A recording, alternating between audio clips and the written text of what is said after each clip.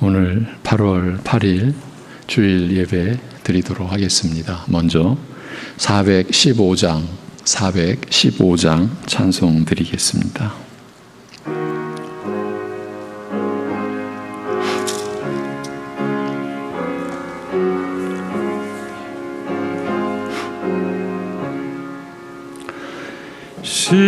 십자가 그늘 아래 나 쉬기 원하네. 저 햇빛이 뜨겁고 또 짐이 무거워 이 광야 같은 세상에 늘 방황할 때에 주 십자가의 그늘에 내 쉴 곳 찾았네. 내 눈을 밝히 떠서 저 십자가 볼 때 날 위해 고난 당하신 주 예수 보인다. 그 영상 볼 때 내 맘에 큰 찔림 받아서 그 사랑 감당 못하여 눈물만 흘리네. 십자가 그늘에서 나 길이 살겠네. 나 사모하는 광채는 주 얼굴뿐이라. 이 세상 나를 버려도 나 두려움 없네. 내 한량 없는 영광은 십자가뿐이라.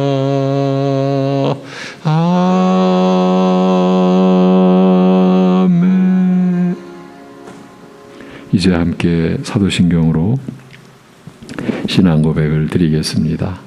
전능하사 천지를 만드신 하나님 아버지를 내가 믿사오며 그 외아들 우리 주 예수 그리스도를 믿사오니 이는 성령으로 잉태하사 동정녀 마리아에게 나시고 본디오 빌라도에게 고난을 받으사 십자가에 못 박혀 죽으시고 장사한 지 사흘 만에 죽은 자 가운데서 다시 살아나시며 하늘에 오르사 전능하신 하나님 우편에 앉아 계시다가 저리로서 산자와 죽은 자를 심판하러 오시리라.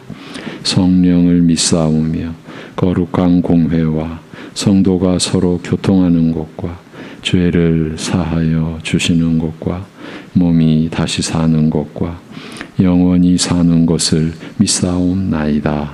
아멘.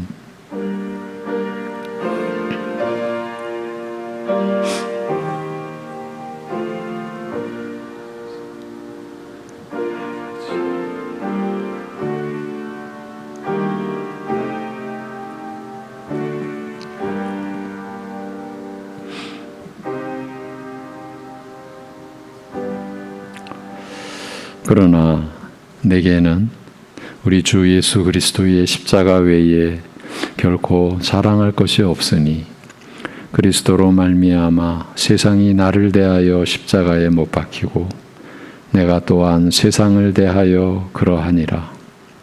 이후로는 누구든지 나를 괴롭게 하지 말라. 내가 내 몸에 예수의 흔적을 지니고 있노라. 아멘.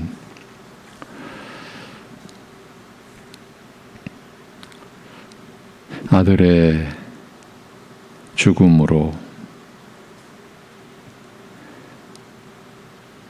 죄와 영원한 사망 가운데서 우리를 구원하여 주신 아버지 하나님, 우리 안에 임하신 성령께서 오직 그리스도와 그의 십자가에 못 박히심을 증거해 주는 은혜로 인하여 믿음을 갖게 된 우리를 오늘도 말씀으로 새롭게 하여 주시고 구원의 복음인 진리의 말씀의 은혜로 충만케 하여 주셔서 말씀을 따라 살아가는 생애가 되게 하여 주옵소서.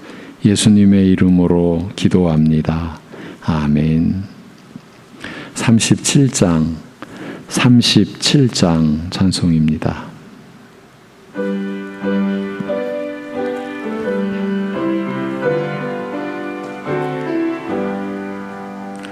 주 예수 이름 높이어 다 찬양하여라. 다 찬양하여라. 금면류관을 들여서 만유의 주를 찬양하세. 찬양 만유의 주 찬양. 주 예수 당한 고난을 못 잊을 죄인아, 못 잊을 죄인아, 내 귀한 몸에 바쳐서 만유의 주를 찬양하세.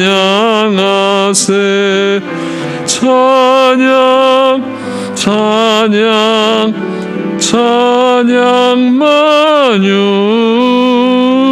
주 찬양. 이 지구 위에 거하는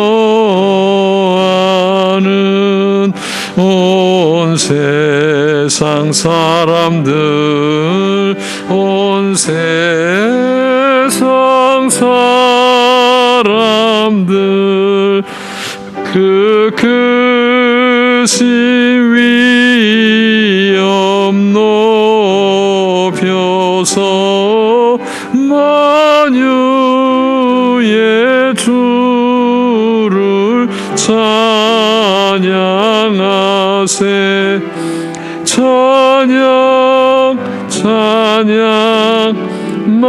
찬양 만유의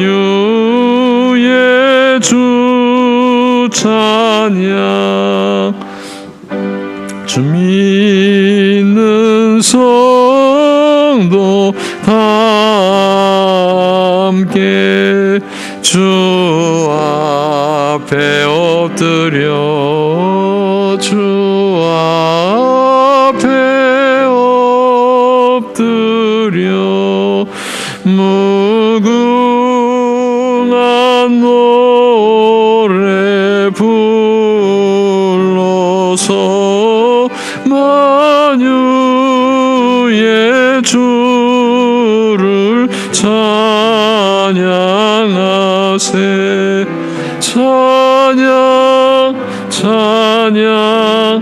찬양 만유의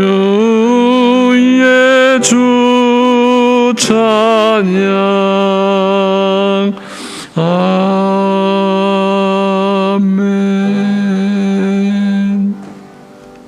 교동문 37번 시편 91편 말씀입니다. 교동문 37번입니다. 지존자의 은밀한 곳에 거주하며 전능자의 그늘 아래에 사는 자여, 나는 여호와를 향하여 말하기를 그는 나의 피난처요 나의 요새요 내가 의뢰하는 하나님이라 하리니, 이는 그가 너를 새 사냥꾼의 올무에서와 심한 전염병에서 건지실 것이미로다. 그가 너를 그의 깃으로 덮으시리니 내가 그의 날개 아래에 피하리로다. 그의 진실함은 방패와 손방패가 되시나니, 1000명이 내 왼쪽에서 10,000명이 내 오른쪽에서 엎드러지나 이 재앙이 내게 가까이 하지 못하리로다. 그가 너를 위하여 그의 천사들을 명령하사 내 모든 길에서 너를 지키게 하심이라. 하나님이 이르시되 그가 나를 사랑한즉 내가 그를 건지리라. 그가 내 아들을 안즉 내가 그를 높이리라. 아멘.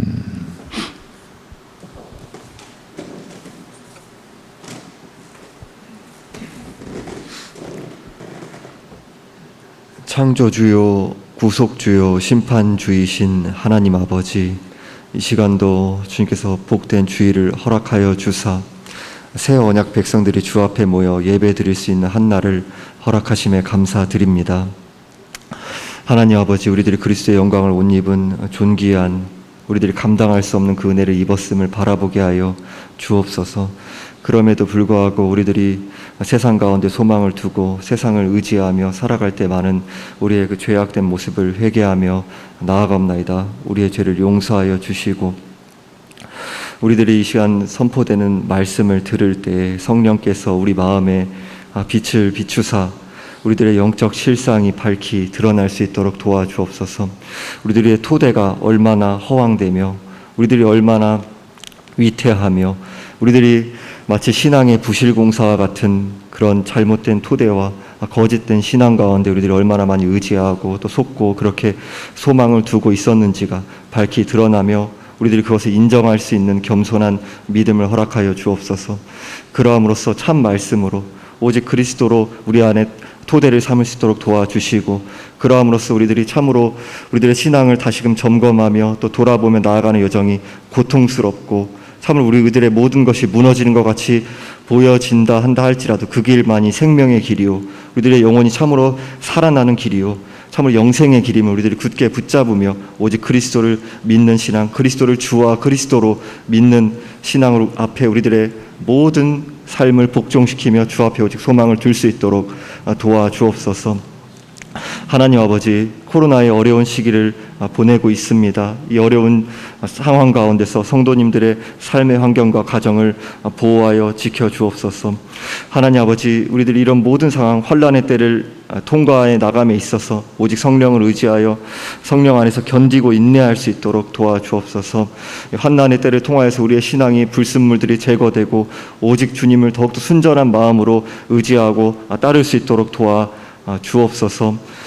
하나님 아버지, 이 어려운 상황 가운데서 또 믿음의 다음 세대들을 위해 기도합니다. 믿음의 다음 세대들 온라인으로 예배를 드리는 이런 제한적이고 어려운 상황 가운데서도 예배를 사모하는 마음을 허락하여 주시고, 예배의 시간과 그리고 여름 사역 가운데서도 은혜를 베풀어 주사 그 모든 시간을 통하여서 믿음의 다음 세대들이 생명의 주 예수 그리스도를 믿음으로 또 구원을 받는 시간 되게 하여 주시고 오직 그리스도의 장성한 분량으로 자라나가는 시간 될 수 있도록 도와주옵소서. 하나님 아버지, 이 시간 선포되는 말씀 듣습니다. 말씀 전하시는 목사님께 성령의 큰 권능을 더하여 주시고 영육간의 강건함을 허락하여 주옵소서. 하나님 아버지, 우리들이 말씀을 들을 때 우리의 고집과 완고한 마음들을 내려놓을 수 있도록 도와주시고, 말씀이 우리 안에 선포될 때 우리들이 우리의 귀를 즐겁게 하고 우리의 육적인 소욕을 만족시키는 이야기를 원하는 것이 아니라 당장은 들을 때 마치 쓴 약과 같이 우리의 마음이 부담스럽고 저항감이 생기며 회피하고 싶은 그런 마음이 든다 할지라도 참 진리의 말씀에 우리 영혼을 복종시키며 엎드릴 수 있도록 주께서 은혜를 베풀어 주시기를 바라옵고 원합니다. 우리의 이 시간 선포되는 말씀이 우리의 생각에만, 지식에만 머무는 것이 아니라 삶을 고치는 회개의 열매로, 순종의 열매로 나타날 수 있도록 우리의 공적인 예배 가운데서, 삶의 예배 가운데서 그러한 모습으로 드러날 수 있도록 도와주옵소서. 오직 주님께서만 홀로 영광받아 주옵시오며 살아계신 우리 주 예수 그리스도의 이름으로 기도하옵나이다. 아멘.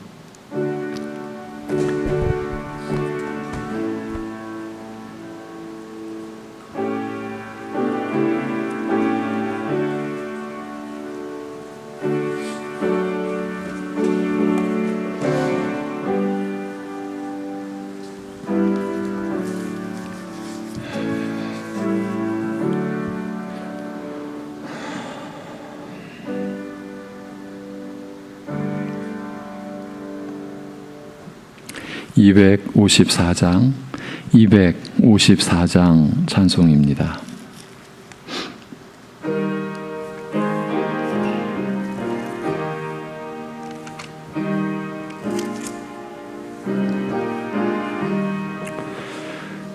내 주의 보혈은 정하고 정하다. 내 죄를 정케 하신 주 날 오라 하신다. 내가 주께로 지금 가오니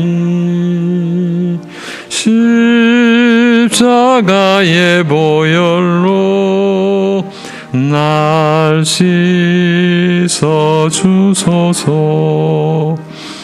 약하고 추해도 주께로 나가면 힘 주시고 내 추함을 곧 씻어 주시네.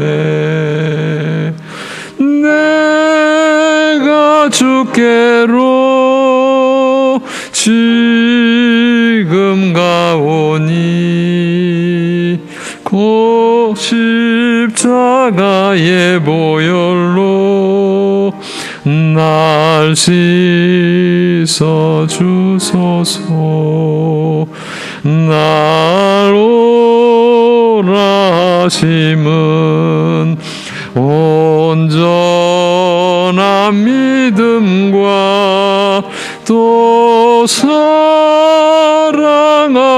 평안함 다 주려 함이라.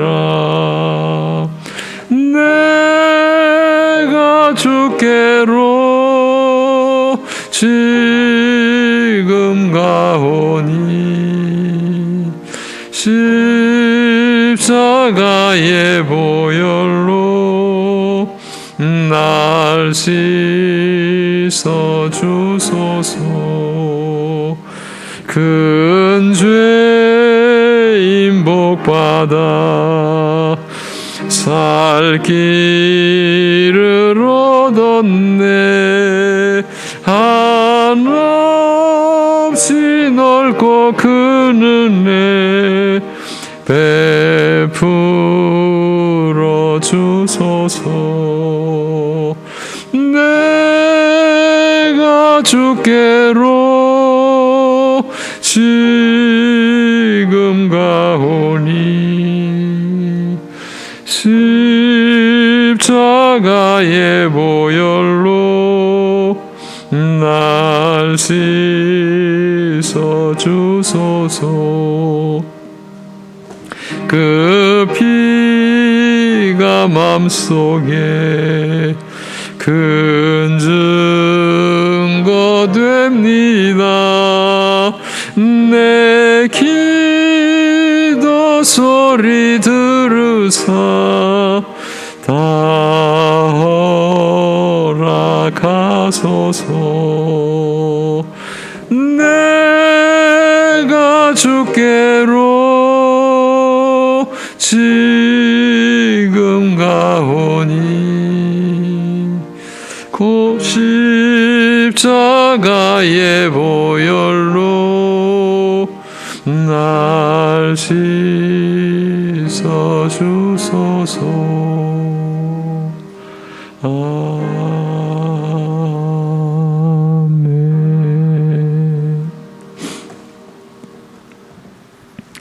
씻을 수도 없었지만 씻겨지기를 원하지도 않았던 저희들에게 자신이 주의 영원한 굴레를 뒤집어 쓰고 오직 사망의 어두움과 음부의 저주스러운 권세 안에 잡혀 있는 것을 알지 못했던 저희들을 불쌍히 여겨 주시고 홀로 하나님께서 구원을 작정하시고 그 역사를 이루어 주신 우리 아버지 하나님, 그 은혜, 죄사함의 은혜, 거듭나 이제 새 생명을 받은 새 사람으로 살게 된 은혜를 받은 하나님의 속한 하나님 나라에 속한 백성들이 이 시간 하나님을 예배드리며 또한 하나님 앞에 거룩한 예물을 올려드림을 감사드리며 하나님 아버지 앞에 나아가오니 주여 이 시간 그 어려운 가운데서도 11조를 구별하여 감사의 예물로 올려드리고 주님의 나라를 섬기고자 하는 마음으로 선교와 건축의 예물을 그리고 일용할 양식을 감사하여 그리고 순간순간 때를 따라 도우시는 은혜를 베풀어 주심을 감사하여 감사의 고백을 담아서 예물을 올려드리는 심령들을 주님께서 붙잡아 주옵시고 받아 주옵시고 인도하여 주셔서 하나님께서 주신 온전한 믿음과 사랑함과 평안함을 평생 누리며 그리하여 하나님 앞에 날이 갈수록 더 낮아지고 그 낮아진 사람의 온전한 회복된 하나님의 형상을 가지고 가족과 이웃을 섬기는 기쁨과 즐거움으로 살아가는 주의 백성들로 인도하여 주옵소서. 하나님 아버지, 회복된 하나님의 형상으로서의 온전한 사람으로 서감으로써 가족과 이웃을 참으로 기쁘게 할 뿐만 아니라 무엇보다 하나님께 영광이 되며 참으로 하나님께 기쁨이 되는 형상으로 세워져 가는 주의 백성들로 삼아 주시옵소서. 하나님 아버지, 우리에게 말씀을 허락하여 주셨사오니 이 어려운 상황 속에서 얼굴을 마주대하고 함께 하나님을 예배하지 못하는 이런 가운데서 하나님의 말씀이 임하는 심령들 속에서 하나님 나라가 세워져 가며 하나님의 뜻이 이루어져 가는 역사를 허락하여 주옵소서. 그러기에 오늘도 말씀을 받는 심령들 되게 하여 주옵소서. 말씀이 임하게 하여 주옵소서. 그리고 그 말씀이 역사하는 은혜를 허락하여 주옵소서. 지금까지 하나님의 인도하심 아래 왔듯이 앞으로도 하나님의 돌보심 아래 우리가 살아감을 믿고 그러기에 하나님만을 우리가 의지하게 하여 주옵소서. 호흡이 흔들리고 육신이 흔들리고 우리의 상태가 흔들리는 상황에서도 우리를 붙드시는 하나님의 손길은 흔들리지 아니하며 주신 약속의 말씀은 땅이 깨지고 하늘이 무너져도 그 말씀은 영원하며 그 말씀에 담긴 하나님의 약속은 결코 흔들림이 없이 이루어짐을, 그것이 우리의 안식의 참으로 토대요 평강의 근거가 되고 그 모든 것이 우리 주 예수 그리스도의 우리를 위한 죽으심과 우리를 위한 부활하심으로 인하여 우리가 누리는 은혜임을 잊지 않게 하여 주옵소서. 오늘도 생명의 말씀을 받게 하여 주옵소서. 온전한 믿음으로 우리를 인도하여 주시옵소서. 모든 것을 주님께 의탁하오며 우리 주 예수 그리스도의 이름으로 기도하옵나이다. 아멘. 하나님의 말씀은 마가복음 8장 31절에서 33절. 마가복음 8장 31절에서 33절. 사탄이 된 베드로, 이 제목으로 마가복음 8장 31절에서 33절 봉독하겠습니다.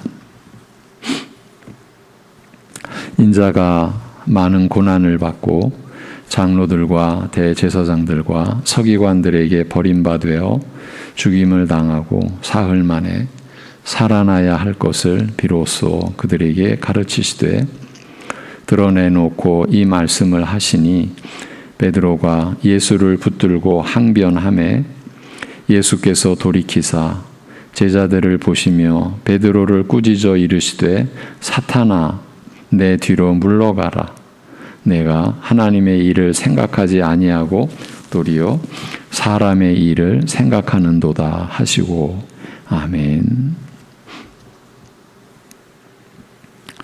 그동안 예수님은 표적 중에 가장 큰 표적이 말씀이며 바리새인과 헤롯의 누룩을 주의하라고 하심으로써 표적 중에 가장 큰 표적인 말씀을 살필 때 그럴듯하게 보이는 유사 복음, 거짓된 교훈이 교회에서 자행될 수 있음을 예고하시고 그런 속이는 말을 잘 분별하여 넘어가지 않아야 할 책임과 의무가 교인들에게 있음을 알려주셨습니다. 그리고 지난주 벳세다의 맹인을 고쳐주신 일에 대한 기록은 가장 큰 표적인 말씀을 살필 때 가져야 하는 또 다른 주의점, 또 다른 우리가 주의해야 할 사항을 알려주시는 것이라 했습니다. 지난주를 잠깐 돌아봅니다. 주님께서 벳세다에 오셨을 때 사람들이 맹인을 예수님께 데리고 와서 안수하여 주시기를 구했습니다.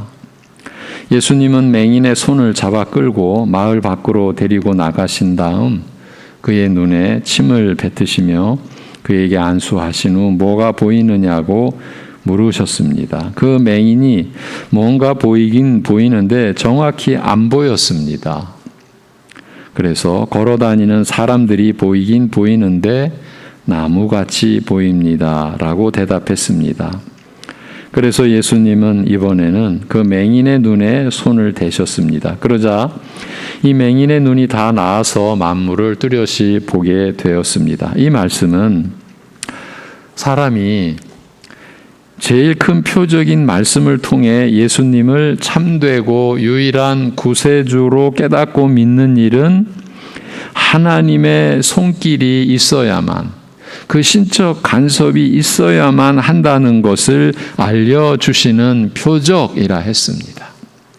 맹인은 아무리 보고 싶어도 아무리 열심을 내도 볼 수가 없습니다. 엄연히 눈앞에 사물이 있어도 그것을 볼 수가 없는 사람이 맹인입니다. 주님은 지금 모든 인간들이 다 영적인 측면에서는 맹인임을 알려주고 계십니다.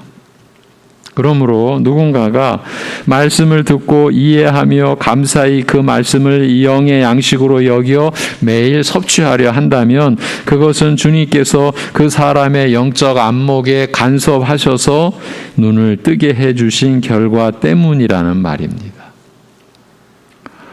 주님의 그 손길은 눈을 뜨게 하는 것일 뿐 아니라 명확히 보게 하는 능력도 소유하고 있습니다. 희미하게 보는 것은 소용없다는 의미가 여기 함축되어 있습니다. 명확히 봐야 합니다.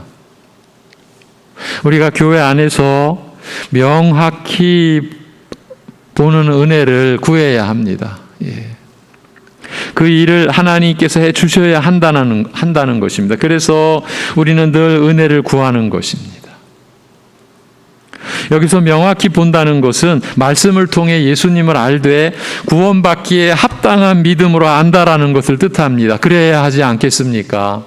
우리가 교회 안에 속해 있으면서 구원받기에 합당한 믿음이 아닌 그런 상태로 있어서는 안 되는 것 아닙니까? 바로 그에 관한 말씀이었습니다.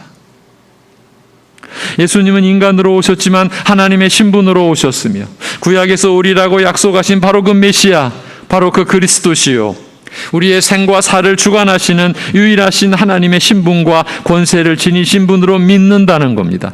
이것이 바로 명확히 본다라는 그 의미입니다.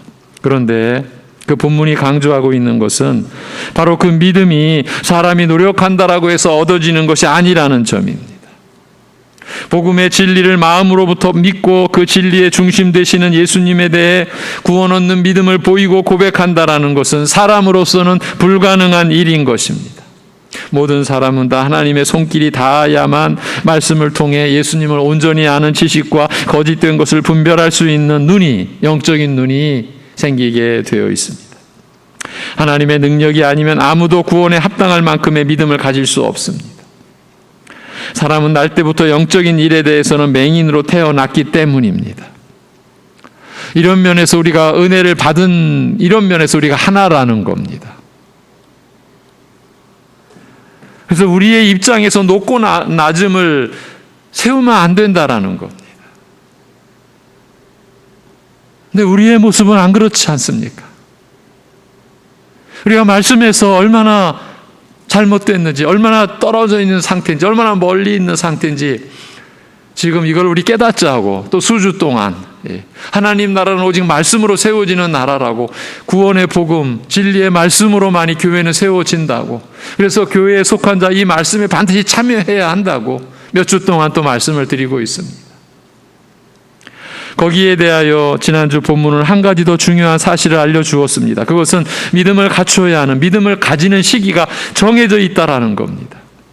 예수님이 자기의 일을 아무에게도 말하지 말라고 경계하신 것이 그 의미라고 했습니다. 하늘 영광 빛나는 구름 타시고 천군 천사들과 함께 이 세상을 심판하러 오시기 전, 그 영광이 온전히 나타나기 전, 오직 가난한 목수의 아들로 십자가에서 죽으시고 부활하셨다는 사실만 우리에게 주어져 있을 때, 그 사건이 말씀으로 우리에게 주어져 있을 때 예수님을 나의 구세주요 메시아시요 하나님의 권세와 지위를 가지신 성자 하나님이시요 나의 왕으로 믿어야 한다라는 것이에요.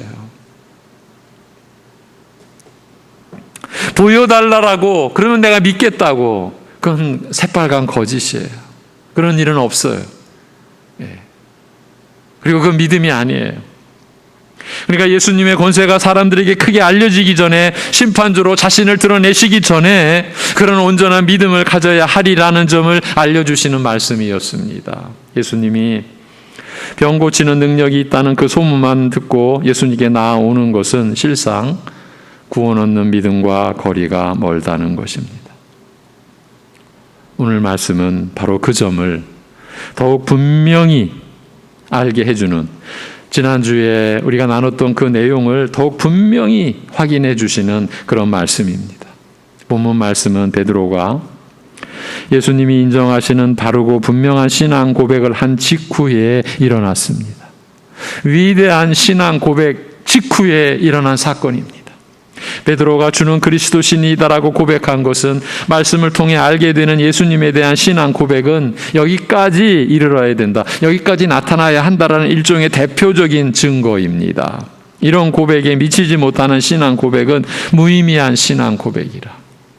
예수님에 대한 신앙 고백이 이런 정도가 아니면 구원 얻는 신앙이 아니라는 의미였습니다. 베드로의 이런 고백이야말로 고백한 당사자가 하나님의 자녀임을 확인하게 해주는 본질적인 고백이며, 사람이 자기 능력으로 알 수 없고 오직 하나님께서 은혜 주기로 허락하신 사람들에게서만 발견되는 것이며, 교회는 바로 이런 고백을 하는 자들의 모임이라는 말입니다. 여기까지 들으면 다 된 것 같습니다.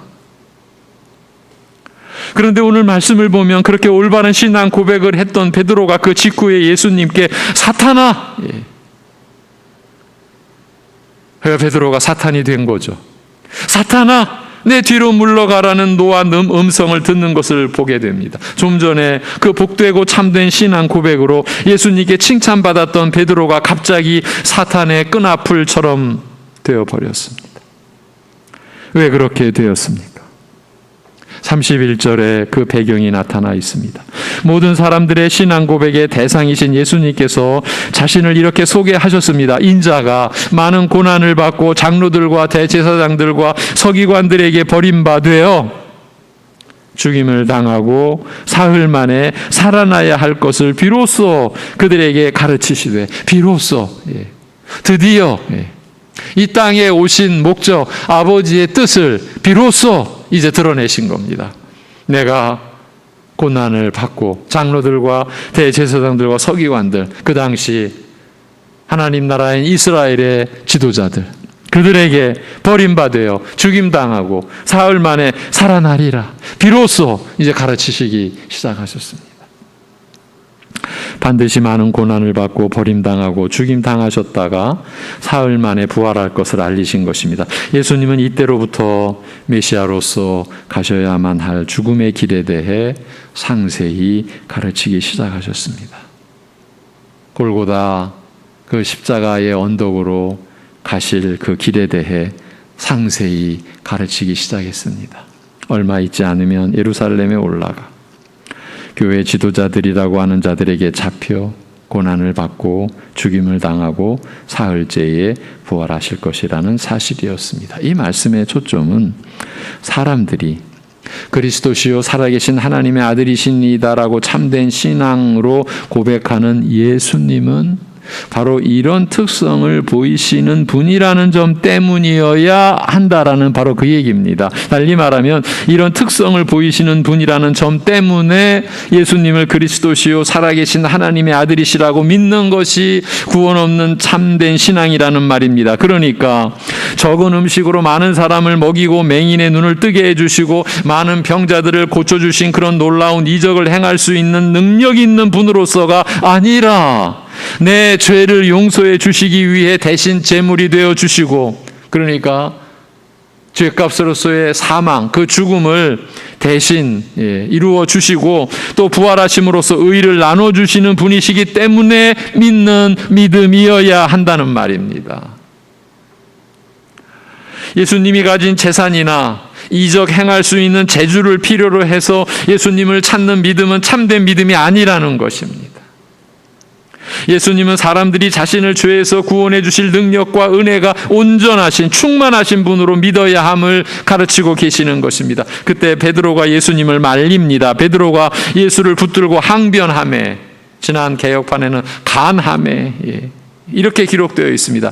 마태복음 16장에 보면 베드로는 훨씬 더 강력한 자세로 반대하고 있음을 볼 수 있습니다. 주여 그리 마옵소서, 이 일이 결코 주께 미치지 아니하리이다라고 말했습니다. 우리말 성경은 베드로가 한 말이 훨씬 경우에 맞게 하는 것처럼 번역이 되었는데, 원래 붙들고 항변하여, 이 가나여라는 말은요 정신없이 비난했다라는 그런 뜻입니다. 지금 베드로가 예수님을 정신없이 비난한 겁니다. 이 항변하여라는 말은 33절에서 예수님이 베드로를 꾸짖었다라는 말과 같은 낱말, 같은 단어입니다. 베드로가 지금 정신이 나가 제자라는 사실을 잠깐 잊을 정도로 격앙되어서 예수님이 말씀하신 일이 일어나서는 안 된다고 강력하게 거의 꾸짖듯이 지금 말했다, 그 얘기입니다. 예수님을 꾸짖듯이 지금 나온 겁니다. 그는 예수님이 고난받고 죽임 당하셔야 한다라는 말씀을 참을 수가 없었던 겁니다. 그런 일이 메시아께 일어나서는 안 된다라고 생각했던 것입니다. 구약 전체 성경이 지금 완전히 무너지는, 덮여지는 상황이 된 거예요. 그래서 그 성질대로 앞뒤 못 가리고 이 일이 결코 주께 미치지 아니하리이다. 즉 우리가 무슨 수를 써서라도 예수님이 그런 일을 당하도록 내버려 두지 않겠다고 떠벌려 댄 것입니다. 실제로 그런 나중에 예수님을 위해 분을 못 참고 칼을 빼들기도 했었습니다. 그런데 이런 베드로에게 예수님께서 보이신 반응이 더 놀라웠습니다. 예수께서 돌이키사 제자들을 보시며 베드로를 꾸짖어 이르시되, 사탄아 내 뒤로 물러가라. 내가 하나님의 일을 생각하지 아니하고 도리어 사람의 일을 생각하는도다. 여러분, 이 구절 새기셔야 됩니다. 내가 하나님의 일을 생각하지 아니하고 도리어 사람의 일을 생각하는도다. 우리가 지금 뭘 생각하며 삽니까? 어떤 면에서 보면 사랑하는 자기 선생님이 죽는다는 것에 대해서 베드로가 보인 반응은 제자로서 당연하지 않습니까? 어느 제자가 자기 선생님이 거짓 지도자들에 의해 치욕스럽게 잡혀 죽어야 한다라고 하실 때 예, 잘 죽으십시오라고 말할 수 있겠습니까? 베드로의 반응은 오히려 칭찬받을 만한 것이었습니다. 우리의 입장에서 보자면 그렇다는 겁니다. 그럼에도 불구하고 그에 대한 예수님의 질책은 참으로 엄중했습니다. 사탄아, 내 뒤로 물러가라. 예. 바로 직전에 하나님께서 친히 그에게 알리신 은혜를 따라 예수님에 대한 참된 믿음을 고백했고 복된 자로 인정받은 베드로가 이제는 예수님을 넘어지게 하는 사탄으로 전락합니다. 그런 강구는 예수님에게 걸림돌이 될 뿐이며 베드로의 말대로 한다면 주님께서 오신 목적을 이루지 못할 것이라는 그런 겁니다. 그것은 하나님보다는 사람의 입장에서 생각한 것이며 하나님께서 원하시는 일이 이루어지지 않기를 바라는 것과 같으며 더 나아가 사탄의 행위로 메시아의 길에 걸림돌이라는 겁니다. 여러분, 우리가 신앙생활 한다라고 하면서 하나님의 일이 이루어지지 않게 되옵소서. 하나님의 일이 이루어지면 안 됩니다. 하나님의 뜻이 이루어지면 안 됩니다. 사탄의 뜻이 이루어져야죠. 지금 여러분 그런 대목입니다. 예. 지금 베드로가 그러고 나왔다라는 것을 보여준 거예요. 하나님 나라가 여기서 이루어지면 안 되죠. 하나님의 뜻이 이루어지다니요. 아니, 하나님의 이름이 거룩히 여김을 받으시다니요. 그러면 안 되죠. 예. 사단이 그 자리에 있어야죠. 지금 이런 국면이라는 것을 예수님께서 지금 밝혀주신 거예요. 예. 주님께서 사랑하는 제자 베드로에게 왜 이렇게까지 말씀하셨을까요? 예수님은 지금 구원 얻는 순전한 믿음이 어떤 것인가를 정확히 가르쳐 주시고 계신다고 했습니다. 그랬을 때 이 말씀은 앞에서 베드로가 했던 그 정통한 신앙 고백, 그것이 비록 더할 나위 없이 옳은 것이기는 하지만 그것으로 끝나는 문제가 아니라는 말입니다. 베드로는 지금 사람의 영혼을 해치는 교활한 누룩과 같은 가르침에 넘어가 있습니다. 바리새인의 누룩, 사두개인의 누룩, 헤롯의 누룩, 그 누룩에 넘어가 있습니다. 본문이 바로 이 점을 지적하는 것입니다. 그러니까 예수님을 메시아요, 그리스도시요 살아계신 하나님의 아들입니다라고 정통적으로 고백해도 그것이 전부가 아니라는 말입니다. 입으로 그런 정통적인 신앙을 고백한다라고 해도 사탄이 될 수 있습니다. 무엇 때문에 그렇습니까? 그것은 예수님을 무엇 때문에 메시아라고 믿으며 예수님의 어떤 면이 필요해서 믿느냐 하는 겁니다. 바로 이것 때문입니다. 무엇 때문에 교회를 다니나, 무엇 때문에 예수를 나의 주라고 고백하나, 이것 때문입니다. 베드로는 어떤 메시아, 어떤 하나님의 아들을 기대했습니까? 강력한 왕권을 가지고 즉위하셔서 이스라엘을 다윗이나 솔로몬 때처럼 크고 강성한 나라로 세워가실 수 있는 분을 기다려왔고 예수님을 그런 분으로 기대했던 것입니다. 그가 기대했던 메시아, 그가 기다렸던 그리스도는 바로 그런 분이었습니다. 그런 분이어야만 했습니다. 다른 제자들도 거기에서 크게 벗어나지 않았습니다. 예수께서 제자들을 보시면서 베드로를 꾸짖으셨다라고 한 것이 그 점을 말해줍니다. 모두가 다 같이 들어야 하는 꾸중이었다는 말입니다. 베드로만이 사탄이 아니었어요.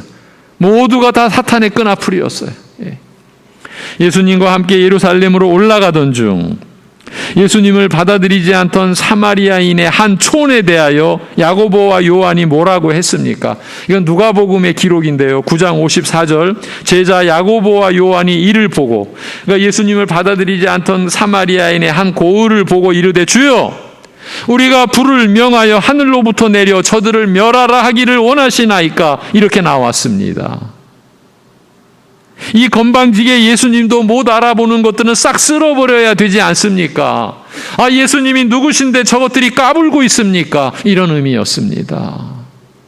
이것이 지금 제자들의 마음에 충만한 그거였습니다. 근데 그게 믿음이 아니었습니다. 강력한 권세로 세상을 다스리실 왕이 지금 정권을 잡으러 올라가는데 왜 못 알아보느냐? 이런 지금 상황, 이런 의미였습니다. 이런 것을 보면 이때까지만 해도 이 제자들도 예수님에 대해 문자적인 신앙 고백은 바르게 했지만 그 실제 내용에서는 주님의 의도와는 조금 다른 그런 다른 내용의 신앙을 갖고 있었다는 것을 알 수 있습니다. 그래서 예수님은 제자들을 보시면서 베드로와 함께 꾸짖으신 것입니다. 이런 면에서 오늘 본문 말씀은 우리에게 참으로 중요한, 절대적으로 중요한 믿음의 속성을 가르쳐주고 있습니다. 이 속성, 이 믿음의 근본, 이것으로 인해서 그 믿음이 온전하게 구원 얻는 믿음으로 세워져 가느냐 아니냐가 결정된다. 이렇게도 볼 수가 있어요.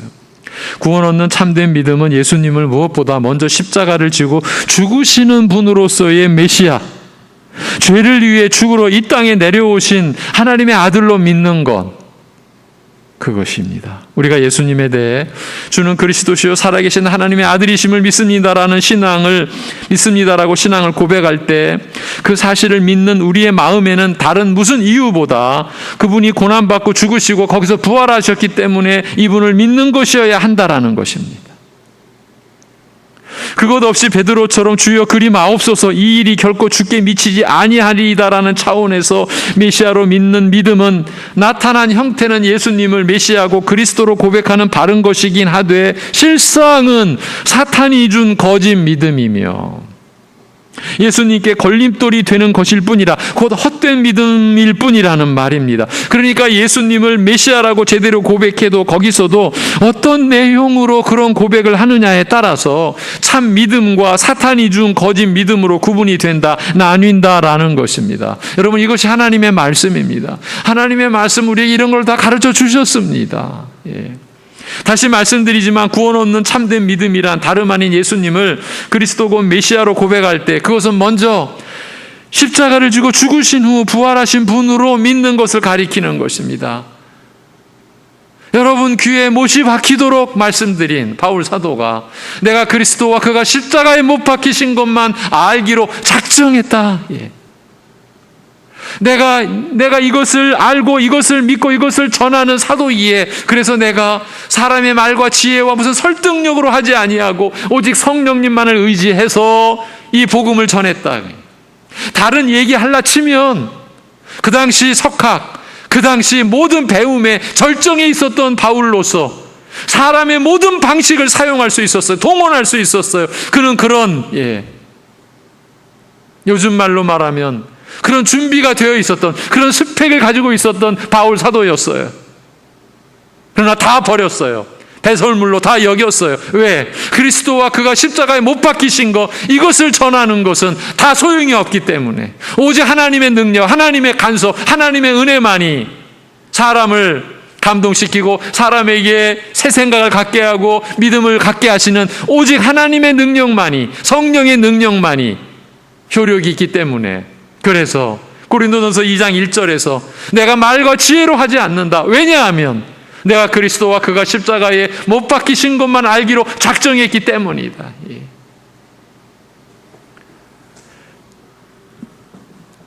우리가 구원 얻는 참된 믿음은 그리스도께서 십자가에서 우리의 죄로 죽으시고 부활하셔서 우리의 의를 이루신 것, 이것을 믿는 믿음을 가리키는 것이에요. 그러나 이게 말처럼 쉽지 않습니다. 이런 사실은 그 누구도 쉽게 이해되거나 기꺼이 즐거운 마음으로 흔쾌히 받아들일 수 없는 것입니다. 영광과 승리와 축복을 누리는 메시아를 좋아하지 고난과 죽임을 당하시는 메시아를 먼저 믿고 그 속성을 경험해야 한다는 것은 그 누구에게도 쉬운 일이 아닙니다. 특히 본문이 기록된 당시 유대인들에게는 메시아가 이스라엘을 구원할 능력 있는 왕으로 오신다라고 믿고 있었기 때문에 구약에 눈이 가려진 거예요. 수건으로 눈이 가려지듯 구약을 보는 눈이 가려져 있었어요. 그래서 고난의 종으로 오실 메시아가 안 보인 거예요. 오직 영광의 그 메시아만 그들 눈에, 그들 심령에 가득했던 거예요. 지금까지도요. 그래서 그렇게 믿었기 때문에 유대인이나 제자들이나 다 같이 고난받고 죽임당하는 메시아에 대해서는 전혀 알지 못했고 아예 감각조차 없었습니다. 메시아의 고난과 죽임 당하심은 그들의 관심과는 거리가 멀었습니다. 멀어도 너무 멀었습니다. 받아들이기 어려웠던 것입니다. 그래서 주님께서 십자가에 대하여 말씀하실 때 실족하여 넘어졌고 주님도 넘어뜨리려 했던 겁니다. 메시아의 고난은 저들에게 참으로 낯설고 피하고 싶기만 한 것이었습니다. 십자가에 대한 명백한 가르침이 있고 난 다음에도 제자들은 깨닫지 못했고 묻기조차 무서워했습니다. 또한 십자가를 목전에 둔 때조차 저들은 메시아의 영광만을 생각하고 주의 보좌 좌우편에 앉으려고만 했다고 나와 있습니다. 마가복음 9장에 나오는 기록입니다. 그때가 예수께서 자신의 죽음과 부활을 두 번째로 말씀하실 때였습니다. 그들만 그런 것이 아닙니다. 그때만 그런 것도 아닙니다. 이와 같은 메시아 상은 오늘날까지도 걸림돌이 됩니다. 십자가의 비밀이 망하는 자들에게는 거치는 돌이 된다라는 말씀은 아직까지도 메시아를 십자가와 부활에 뿌리를 두지 않고 십자가와 부활의 근거를 두지 않고 그 영광만을 위하여 찾아 나선 사람들이 많다는 뜻입니다. 그래서 십자가를 전하면 사람들은 어디 전할 것이 없어서 십자가에서 처형당한 예수를 전하느냐라고 하고 부활을 전하면 도대체 무슨 뜬구름 잡는 얘기냐라고 말하며 그런 것 말고 우리가 잘 사는 얘기 좀 해달라고 하는 겁니다. 이 고생에서 벗어날 길만 알려달라고 이렇게 어려운 마음으로 사는 우리를 위로해 달라고, 위로만 좀 해달라고, 이 고생에서 벗어날 길만 알려달라고 아우성인 겁니다. 어제나 오늘이나 그리고 내일이나 크게 다르지 않을 것입니다. 다른 일이 일어난다라고 하면 아마도 십자가를 가려버리고 아예 덮어버리는 일일 것입니다. 오늘날 교인들이 기도하는 것은 모두 먹고 자고 학교 가는 것뿐입니다. 대한민국의 4대 종교 이야기를 들어보셨습니까? 4대 종교, 기독교, 천주교, 불교, 그리고 대학교라고 하더라고요. 대학교가 종교를 뛰어넘은 것입니다. 교회는 안 다녀도 대학교는 가야 되는 것으로 믿는 사람들이 교회 안에 많이 있습니다. 그래서 나온 얘기가 아니겠습니까? 예. 교인들이 기도하는 것이 절에 다니는 사람들과 똑같습니다. 그게 다 메시아를 영광으로만 찾는 현상입니다.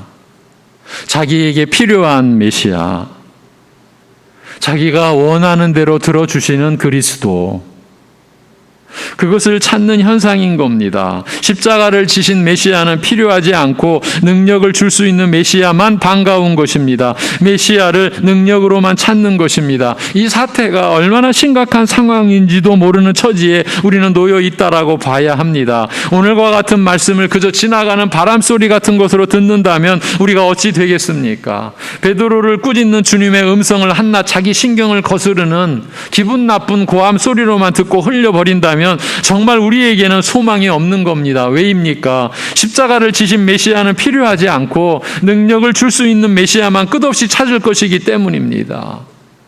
주님은 그건 아무리 주여 주여 해도 구원 얻는 믿음이 아니라는 것을 지금 알려주고 계시는 겁니다. 메시아를 선지자 정도로 호감을 갖고 있는 모습으로도 구원 얻지 못하며 메시아라고 참되게 고백해도 그것만으로 다 이루어지는 것은 아닙니다. 메시아에 대한 고백이 올바르다라고 해도 그 고백의 동기가 바르지 않고서는 사탄의 말일 뿐이요 걸림돌이, 하나님 나라의 걸림돌이 될 뿐인 겁니다. 메시아에 대한 고백의 중대한 핵심은 십자가와 부활을 이루신 분이어야 합니다. 그 말은 믿음이란 메시아에 대한 신앙 고백이 바르고 그를 기대하고 믿었다는 그 자체로 온전한 것이 될 수 없고, 분명히 십자가와 부활이라는 이 핵심적 내용을 토대로 한 것이어야 구원 얻는 믿음이라는 것입니다. 늘 말씀드려 왔지만 관건은 믿음의 내용이 무엇이냐입니다.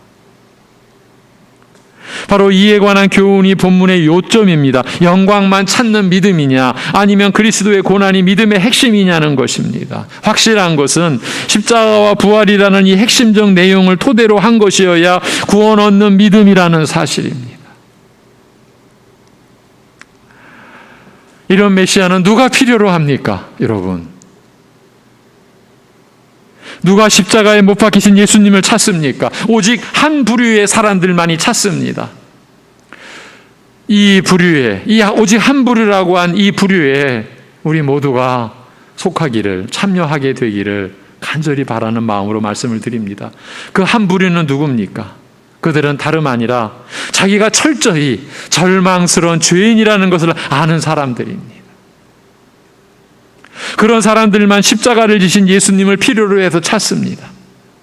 그들은 자기 힘으로 하나님이 말씀하신 거룩하신 계명을 하나도 지켜낼 수 없고, 자기 힘으로는요, 주님께서 말씀하신 의로움을 전혀 이루어낼 수 없어서 죽을 수밖에 없다는, 영원히 사망에 처해질 수밖에 없다라는 것을 진실로 인정하는 사람들, 그들입니다.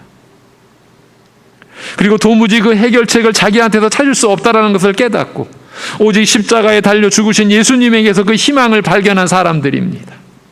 그런 사람들만 십자가에 비천하게 죽으신 예수님을 찾습니다. 그런 사람들만 그분을 자기 주인으로, 온 세상의 통치자로 섬기며 하나님이신 분으로 믿습니다.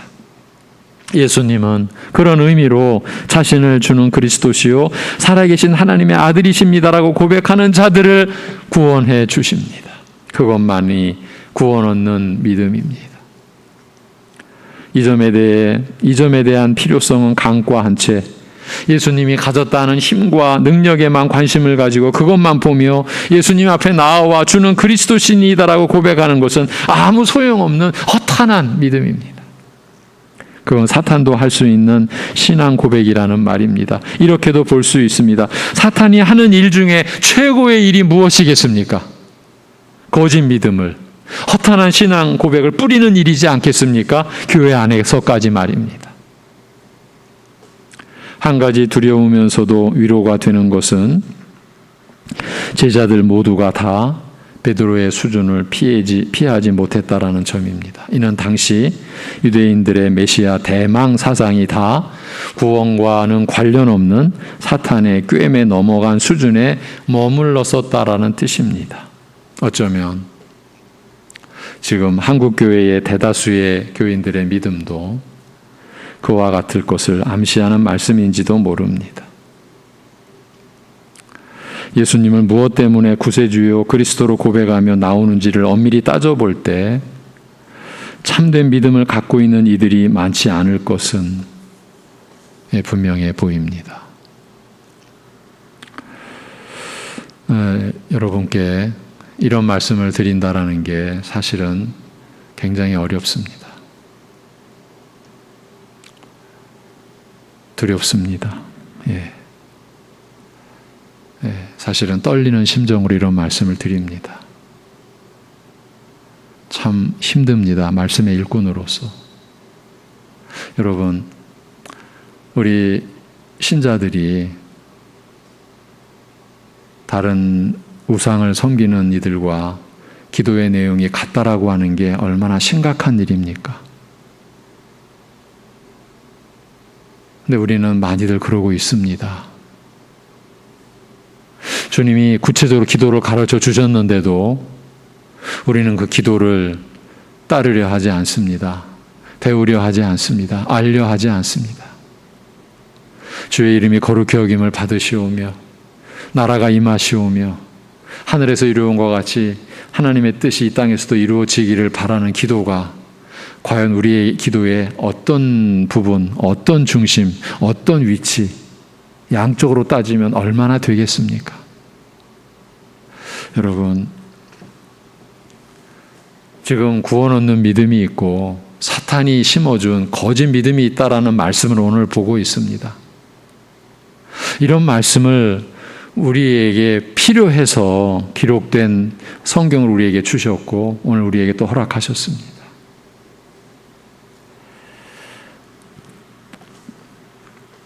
우리들도 제자들처럼 꾸지람을 들어야 마땅한 그런 입장 아닙니까? 그런 면에서 두려우면서도 위로가 된다라고 말씀을 드렸지만 이런 말씀도 사실은 드리기 어렵습니다. 예. 베드로에게 하신 책망이 나의 믿음에 대한 하나님의 음성인 줄 알고 그래서 우리 각자 자기 믿음을 점검해 봐야 합니다. 나는 무엇 때문에 예수님을 찾는지, 내가 왜 교회를 출석하는지, 무엇이 필요해서 예수님을 구세주로 고백하는지 엄밀하게 돌아봐야 합니다. 그걸 위해서 주님은 이 말씀을 우리에게 주셨습니다. 주님의 음성을 달게 받고 내 믿음을, 내 죄를 사해 주시기 위해 죽으시고 부활하신 예수님을 그리스도로 믿는 믿음으로 채워가야 합니다.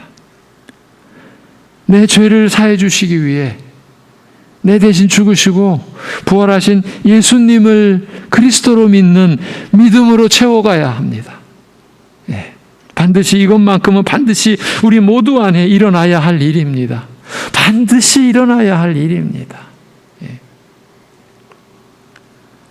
여러분, 그래서 이렇게 내가 죄로 인하여 영원히 멸망할 자이구나 깨닫고 해결책은 예수님밖에 없음을 알고 그 예수님이 십자가에 죽으시고 사흘 만에 부활하신 것만이 나의 의다, 내 새 생명이다, 내 소망이다라고 했을 때 이것을 우리가 붙잡을 때에 우리가 육신의 것 가지고 자랑질하며 살 수 있겠습니까?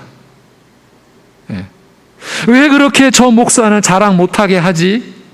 이것 때문인 거야. 이것 때문에. 예. 예.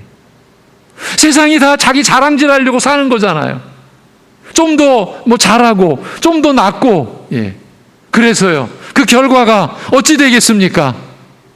다른 사람보다 좀 더 자랑질하고 살다가 그 결과가 뭡니까? 사탄이 주는 결과예요. 우리가 본래 빠져 있었던 그 음부의 어두움의 그 자리 그 밖에는 아니에요.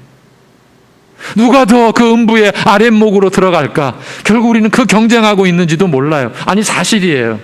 근데 우리가 교회에 속해서까지도 그래야 되겠습니까?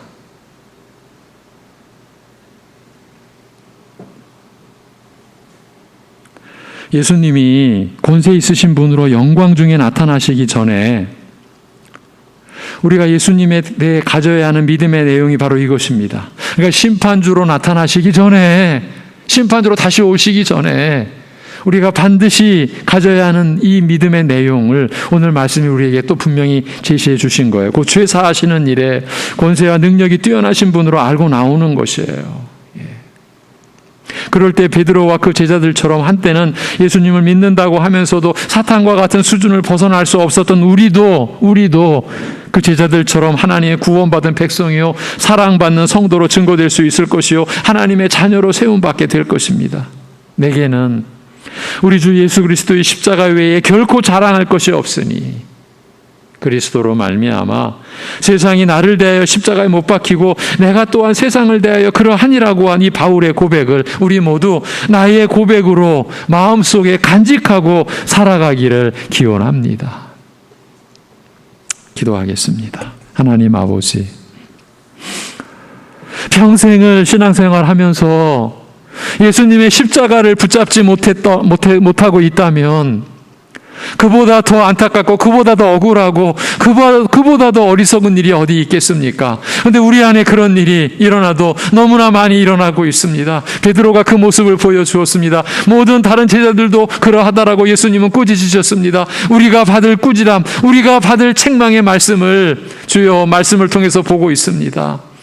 우리로 하여금 이러한 은혜의 자리에 들어올 수 있게, 정신 차릴 수 있게 우리를 깨워주시고 은혜를 베풀어 주시옵소서. 하나님 아버지, 우리가 육신의 것, 땅의 것, 그것으로 잘하고 못하고 높고 낮음으로 이 세상 모두가 다 그렇게 살아가는 그 가운데 아버지 하나님, 우리 인간이 취하는 그 모든 것, 이 땅의 물질을 다 취해도 그건 자기 교만의 근거일 뿐이요 자기를 높이는 것에 불과한 것이고 여전히 썩어질 것, 죽어 없어질 것, 하나님의 심판만 맞이할 것, 그거밖에 안 되는 것, 그것을 위해 우리가 일평생 움켜쥐고 울부짖고 사는 그 어리석음, 그 무지스러움에서 우리를 건져주시고, 우리가 지금 구원의 은혜를 우리가 받은 자라면 이미 그리스도의 영광을 얻은 자로서, 하나님의 자녀된 더할 나위 없는 영광스러운 신분을 지닌 자로서 우리가 지금 하나님 앞에 역임을 받고 하나님 앞에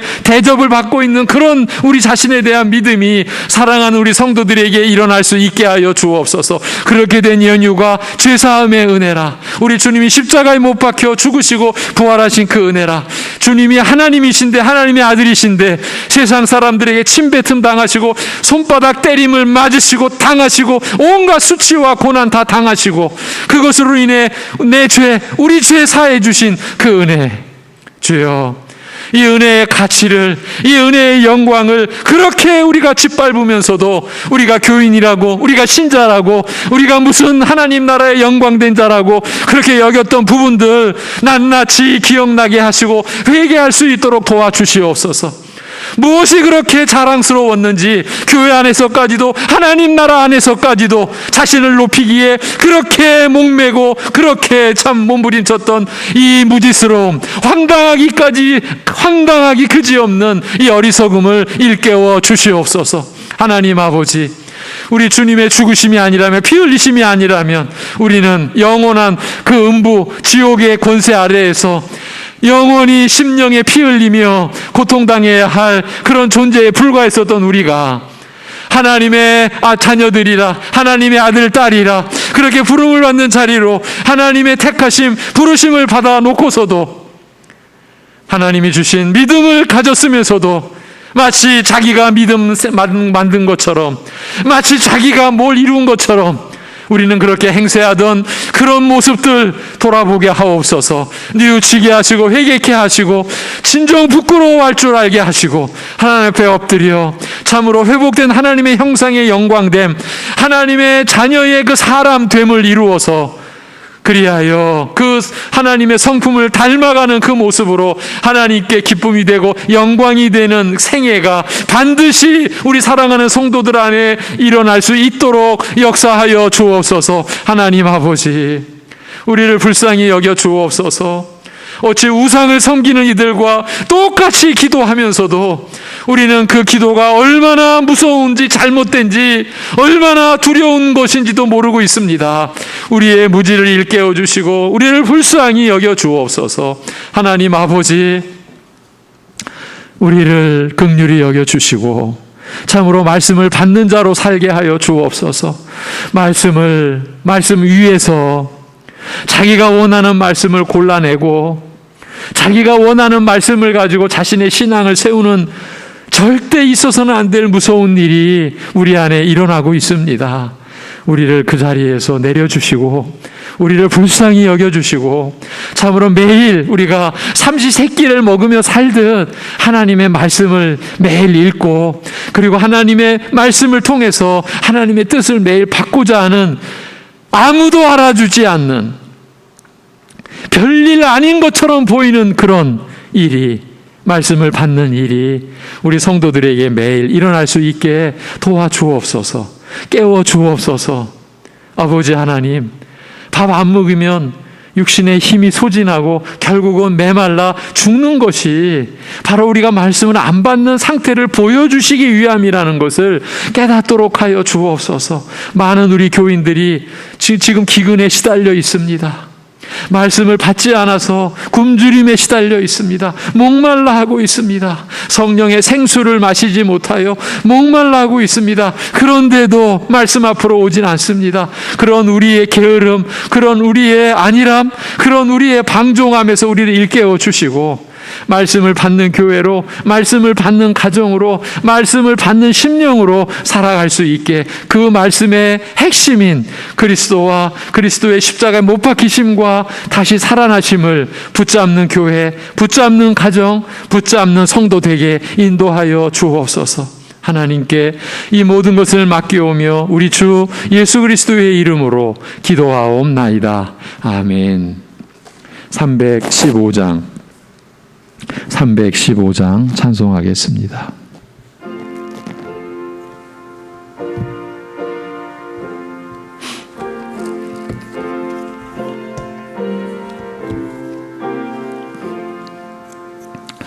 내 주 되신 주를 참 사랑하고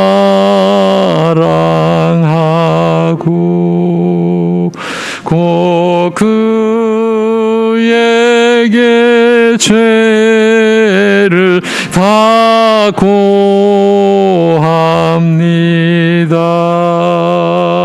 그는 주신 내 예수시니 이전보다 더욱 사랑합니다.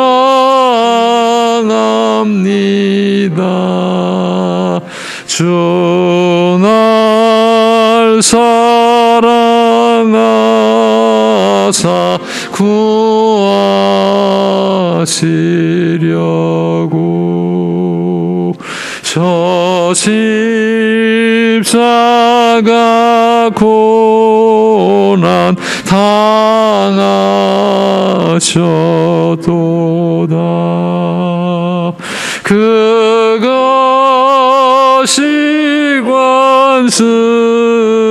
관쓰신 내 주 배우니 이전보다 더욱 사랑합니다.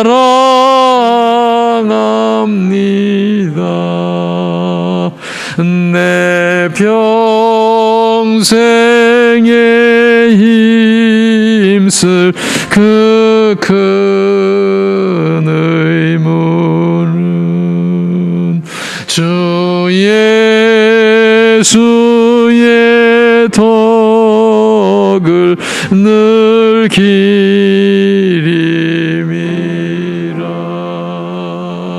숨질 때에까지 내 할 말씀은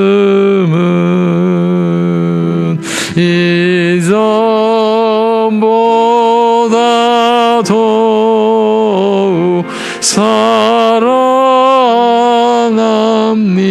사랑합니다. 그 영광의 나라 나 들어가서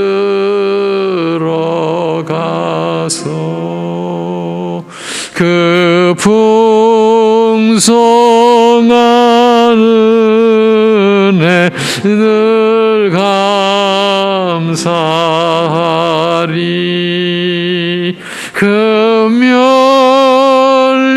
면류관 쓰고 나 찬송할 말 이전보다 더욱 사랑합니다.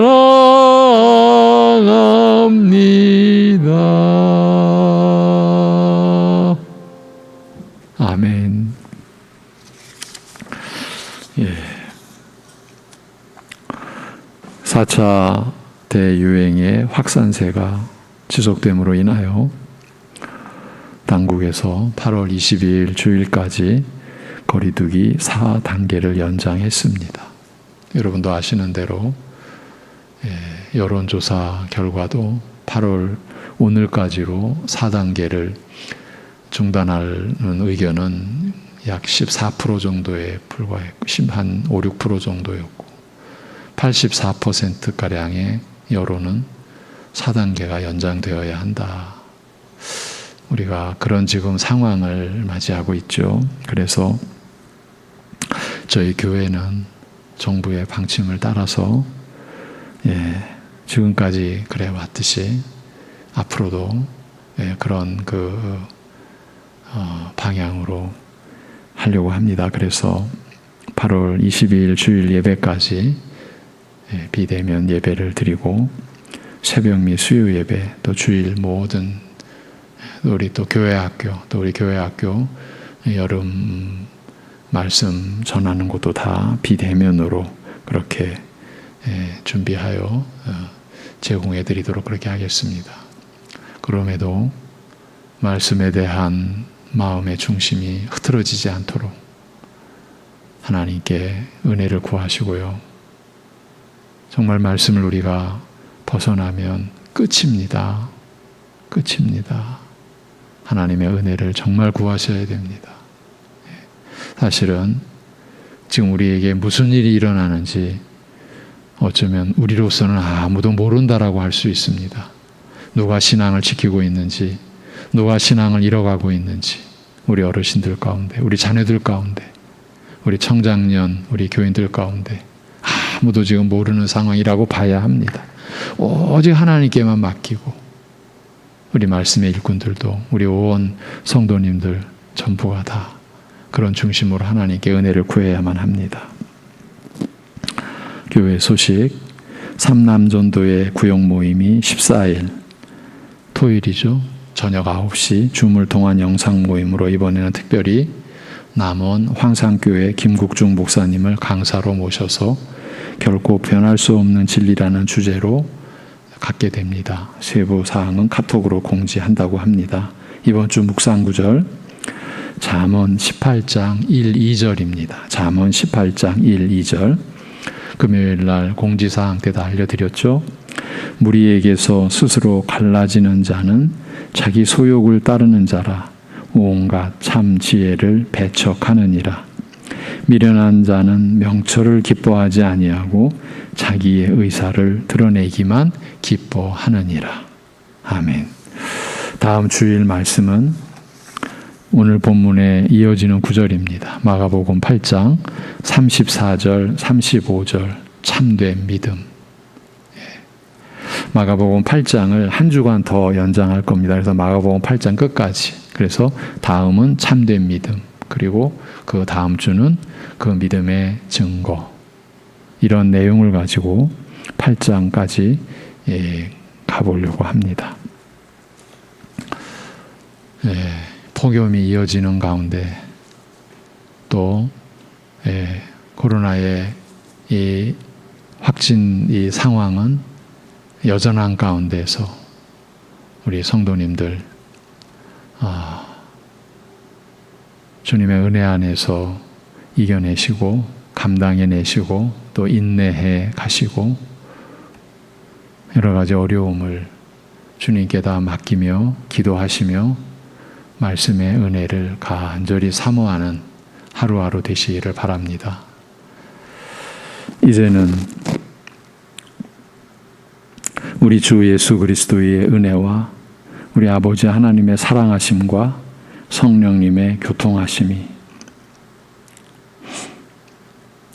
우리 주 예수 그리스도의 십자가에 못 박히심과 그로 인해 죽으시고 사흘 만에 부활하신 그 진리, 그 말씀의 그 핵심을 가슴에 온전히 담고 그리스도의 죽으심과 부활하심을 근거로 우리가 죄사함 받고 우리가 영원히 새 생명을 지닌 자로 살아가는 그 감사함과 그 기쁨을 누리는 모든 이들과 이러한 믿음과 이러한 하나님 나라의 비밀을 알고자 하는 이들 안에 영원토록 함께 하시기를 주님의 이름으로 축원하옵나이다. 아멘.